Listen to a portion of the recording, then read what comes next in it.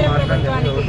ఈ విధంగా డ్యూటీలో ఉన్న, అది కూడా ఒక మెడికల్ కాలేజీలో సుమారుగా 1000 మంది పేషెంట్లు, 500 మంది డాక్టర్లు డ్యూటీలో ఉన్న టైంలో ఇంతటి ఘోరమైన అత్యాచారము, మామూలు అత్యాచారం కూడా కాదు, ఎంత బ్రూటల్ ఇంజరీస్. ఆ అమ్మాయికి విరగని ఎముక లేదు, పడని గాయం లేదు, అంత ఘోరంగా ఘోరంగా అతి కిరాతకంగా చేయాలి. దీన్ని చూస్తే మన సమాజము సిగ్గుతో తల వంచుకోవాలి.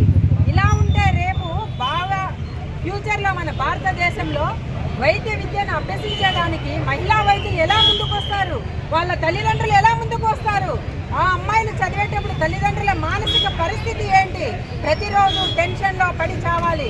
మా కాలంలో నిజంగా మేము ఎంతో ప్రొటెక్టివ్గా, మనుషులంతా అప్పుడు చాలా మానవతా భావంతో మేమంతా కంప్లీట్ చేసుకొని ఎంతో మంచి సర్వీస్ అందించగలిగాము. మా పిల్లలు కూడా డాక్టర్లు అయ్యారు. ఇప్పుడు మేమేం ఫీల్ అవుతున్నాము, అబ్బా మన పిల్లలు ఎంతో